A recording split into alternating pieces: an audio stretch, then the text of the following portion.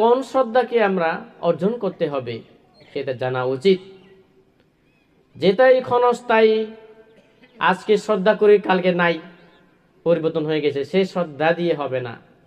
সেই পাশদা শ্রদ্ধাকে অকম্পন শ্রদ্ধা ভাবে আমরা শক্তিশালী গড়ে তুলতে হবে। কি দিয়ে? প্রজ্ঞার দ্বারা। কি প্রজ্ঞা? শ্রুতর জ্ঞানের প্রজ্ঞা দ্বারা।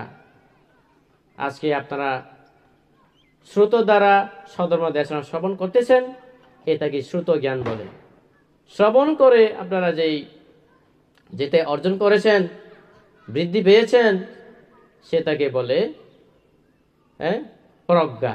এই প্রজ্ঞা দ্বারা শক্তিশালী গড়ে তুলতে হবে শ্রদ্ধাকে।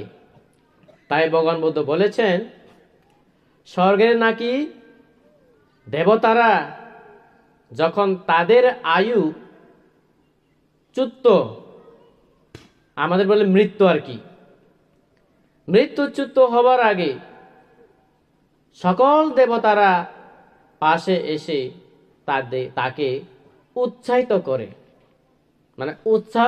উৎসাহ দেয় আর কি। উৎসাহ দেয় যে কিভাবে? স্বর্গের যান, নিরাশা হইও না, মন খারাপ করো না। স্বর্গ মানে কোনটাকে বোঝায়? আমরা তো স্বর্গ মানে আলাদা বুঝি, আর স্বর্গের দেবতারা বলে যে জগৎটাকে স্বর্গ। কেন? যেহেতু জগতে সবকিছু করা সম্ভব।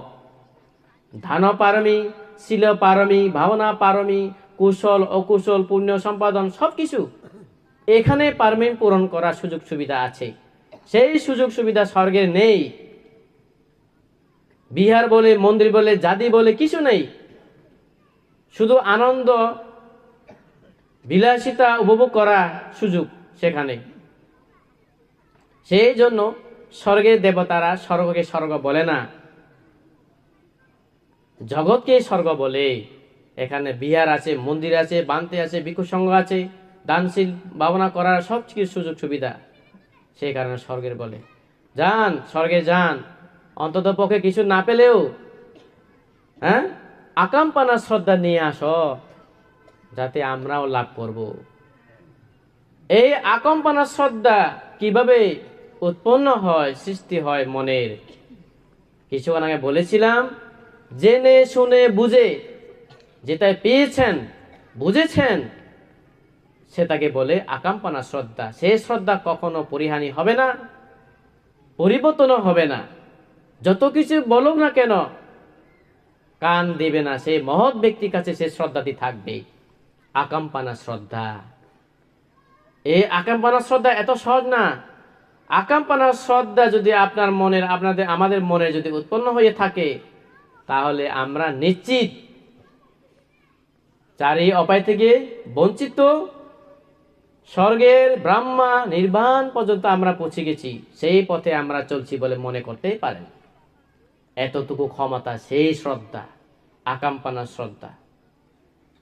আকাম্পানা শ্রদ্ধা যদি উৎপন্ন হয়, তাহলে আর কখনো আপনারা যে মনে করবেন যে বৌদ্ধ ধর্মের ছাড়া অন্যান্য ধর্মের কোনো মুক্তির পথ নেই,